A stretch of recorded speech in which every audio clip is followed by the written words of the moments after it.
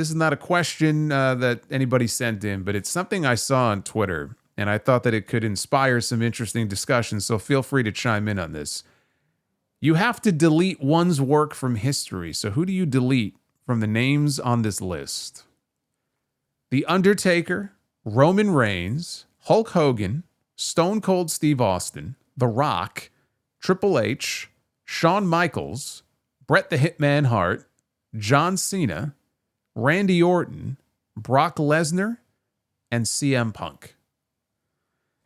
And it's tough, right? You got to really think about that. I settled on Randy Orton. I think you could easily delete Randy Orton's name from history, and history really doesn't change all that much. You know, it doesn't change any of the key moments in the history of that company or anything like that. I mean, with any of these names, you could find a certain number of great matches that would disappear, but again, I think Randy Orton is the safest choice here. You know, you can't, I don't think you can realistically go with a Hogan or an Austin or even a Cena just because they were so instrumental in different periods of that company's history. And so you're deleting all of that. And then at that point, like, who the hell knows what happens, right? With WWE, you can't do that. So when I look at these names, I go with Randy Orton. I would delete him from history. If I had to pick a number 2 to put on this list, I would probably go Brock Lesnar. And then if I had to go with a number 3, I would go with Triple H. And I know Triple H is kind of an important guy now, obviously, given that he's running the show.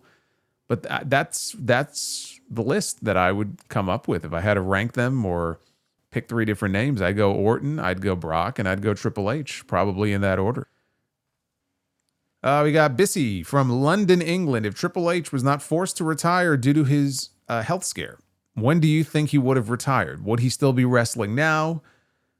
Would he have tacked on more heavyweight titles to go 15 and over? And who would he have had his last match with? Well, as I kind of talked about when I did the Sabu story earlier, nobody ever really retires. So if Triple H didn't have his health issues, would he still be wrestling? Periodically, yes, he would. And I think AJ Styles would have eventually gotten that match that he previously said he was lobbying Triple H for. We would have had Triple H against AJ.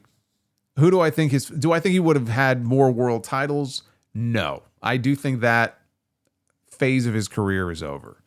So even if he was healthy and still wrestling every now and then, would he become a 15-time champion, a 16-time champion? No. No, I don't believe he would have. Who would he have had his last match with? I think Cody Rhodes. Cody really wanted that match. I think he would have gotten it eventually. You know, whatever the story would have been for it. And I think that would have been an appropriate final bow for him, you know, to go out against the top babyface in the company, you know, the new face of this era of WWE. I think that would have been an appropriate way in his mind for him to go out. So I think Cody would have been his last opponent. Kyle from St. Petersburg, Florida says, hi, Solomonster. I was wondering if you could tell me about Mike Awesome. I know very little about him, and I would like to know more. Very straightforward question. Thank you, Kyle. Mike Awesome was a very talented big man wrestler who got over big in Japan, and then he got over in ECW, and he was known for doing big power moves, like he would powerbomb guys out of the ring and, you know, beat up people smaller than him, and it made him look like an absolute monster. And he was a world champion in ECW, I think twice, actually. And then they treated him like he bombed the fucking World Trade Center when he left to go take a deal with WCW, because he was still the ECW champion at the time. And so a lot of the boys and a lot of the ECW people were very angry with him. And that sounds really bad, right? You're the world champion for this company and you're leaving to go somewhere else. Except he wasn't getting paid. Heyman wasn't paying him. A lot of guys in ECW didn't get paid. So he made a business decision, and people castrated him for it. When WWE ran that first ECW One Night Stand pay-per-view, and they brought Awesome back to wrestle Masato Tanaka, those two guys went out there and they stole the show. Joey Styles on commentary called, there was a suicide dive spot by Awesome, and he called the suicide dive, and then he said, oh, it's too bad he didn't succeed, you know, in taking his own life. which he later did kill himself for real. And obviously Joey couldn't have known that he was going to do that. But even at the time, it's like, dude, like quit drinking the Kool-Aid and being a carny bitch. Like the man was your world champion and wasn't getting paid. Like I would have sold the fucking belt on eBay if it meant being able to pay my mortgage. So he ended up in WCW, and I think he just fell victim to the political happenings there. You know, it sounded like he had an in with Hogan and Hogan's cousin Horace. But then Hogan ended up on the outs after the stuff with Russo. So Russo gave him a couple of comedy gimmicks, right? That 70s guy. And then he became the fat chick thriller. And that was it. Like he was dead in the water. But his matches with Masato Tanaka are legendary. Like the chair shots are just absolutely sickening. I have no idea how Tanaka is even still wrestling today. We brought him into House of Glory last year for a match with Mike Santana, and he looked great. Still performs at a high level. How his brains aren't scrambled eggs after those chair shots he took, I'll never know.